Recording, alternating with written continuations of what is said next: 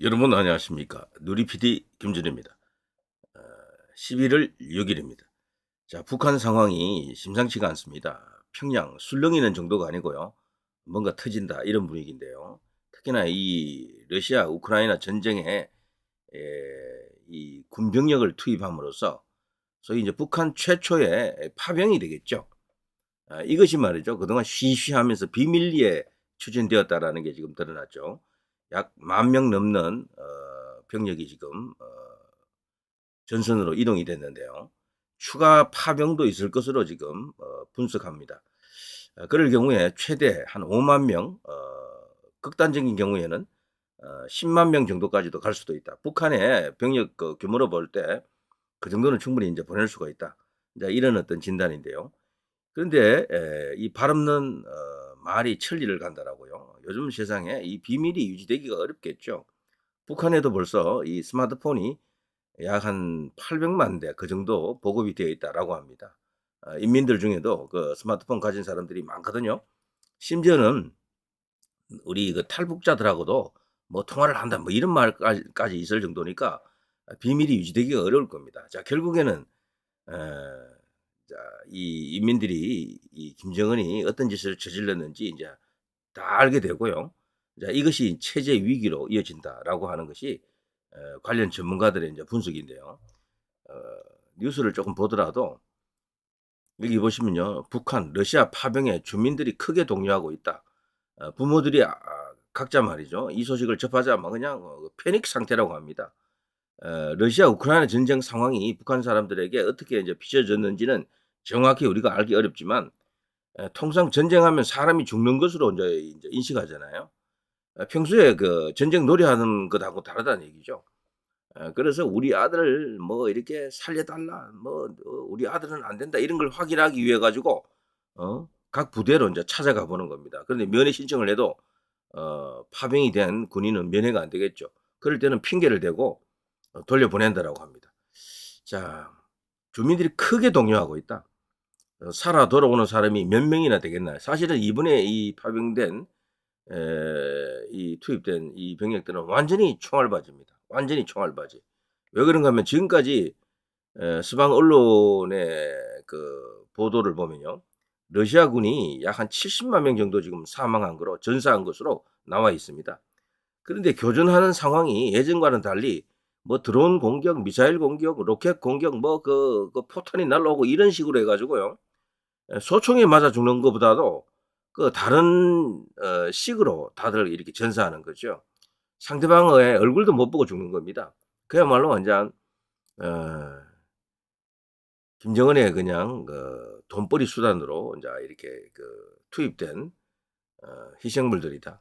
정말 탄알바지란 말이 총알바지란 말이 딱 맞습니다.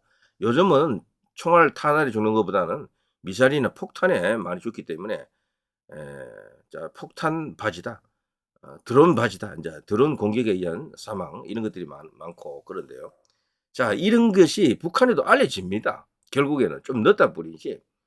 그러니까 거기 어떻게 되겠습니까? 뭐 그냥 뒤집어지는 거죠. 자, 우리 국정원에서도 확인해 주고 있는데요. 북한 이 주민들이 크게 지금 술렁이고 있다. 자, 이럴 경우에 이제 북한인 군이 그 현장에 인제 그 전선에 투입된 군인들이 사실은 뒤늦게 알게 될 겁니다. 처음에는 "너희들 우크라이나 전쟁으로 간다." 이렇게 처음부터 바로 알려줬다라고 저는 생각 안 하거든요. "특수 군사 작전 훈련이다."라고 하면서 보냈을 것이다라고 우리 인제 분석가들이 많이 보고 있는데 딱 가 보니까 이게 전쟁터인 거야. 이들이 싸워야 될 이유가 없잖아요. 거기서 나오는 어떤 그 용병 같은 그런 존재일 수도 있는데 급료가 나온다 그러죠. 근데 급료가 본인들에게 오는 게 아니잖아요. 북의 그 국가 시스템으로 볼 때 전부 김정은 아가리로 다 들어간다고요.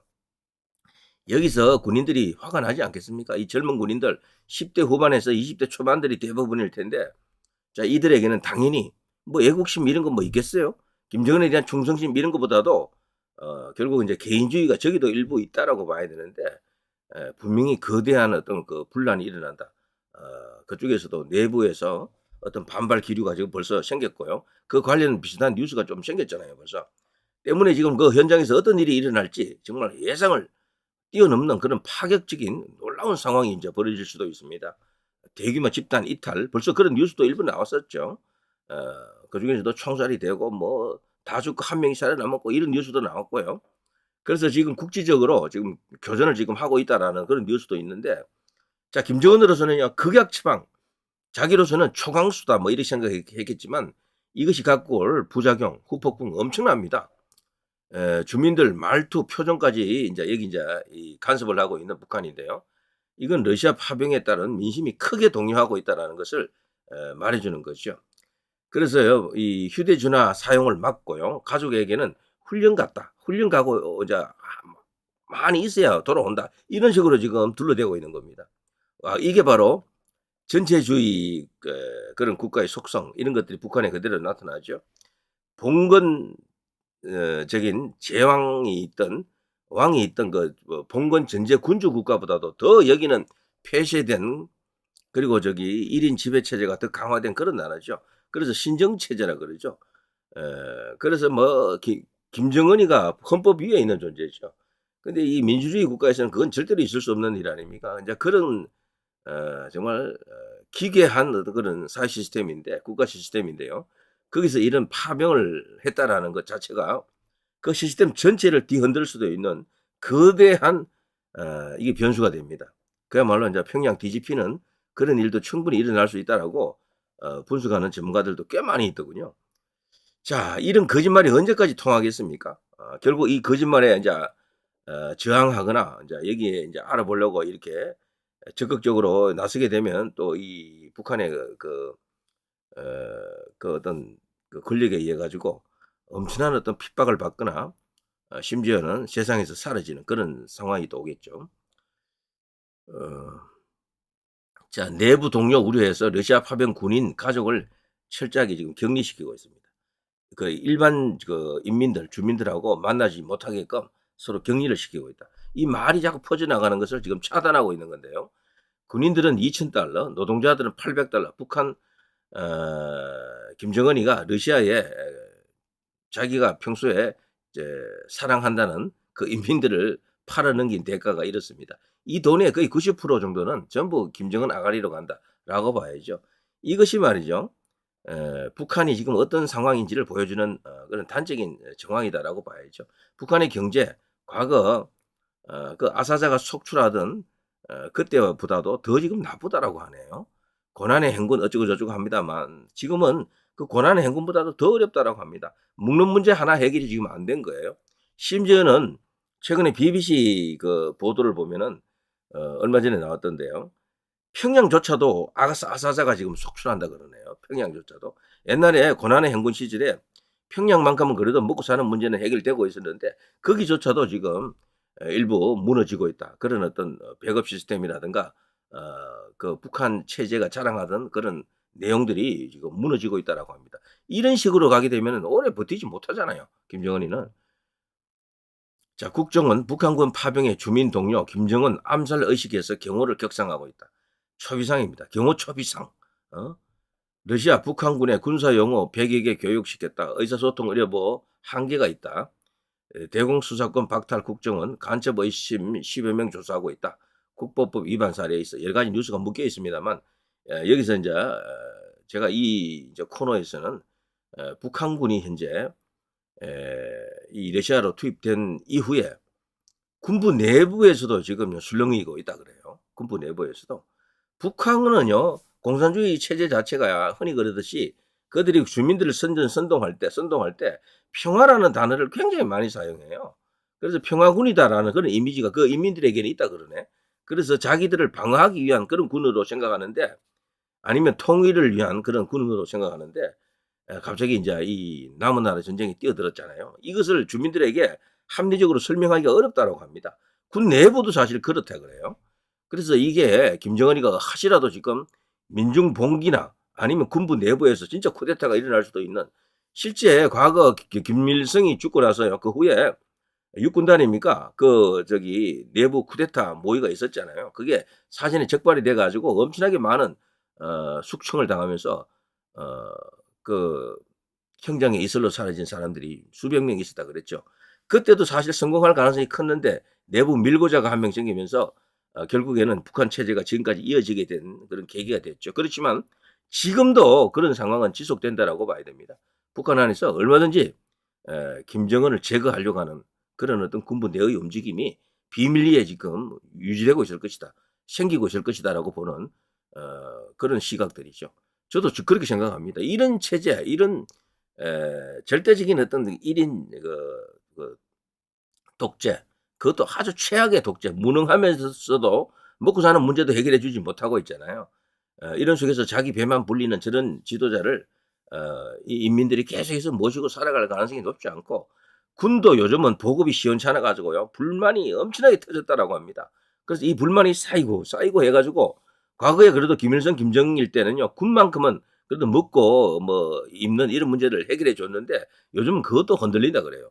그래서 군 내부에서 얼마든지 지금 다른 어떤 충격적인 일이 생길 수도 있습니다. 그거를 대비해 가지고 김정은이가 경호 인제 이렇게 강화한 내용을 보게 되면은 평소도 굉장히 강화했었잖아요. 근데 지금은 그보다도 훨씬 더 강화했다라고 합니다. 김정은 한번 움직이면 수천 명이 따라 붙는 거죠, 그러니까 그 주변에. 자, 이런 상황 속에서요. "충격적 팀킬이다. 북한군 전투에서 러시아군 향해 총격을 했다." 이런 주장이 나왔습니다. 그리고 이것이 또 보도가 또 됐는데요.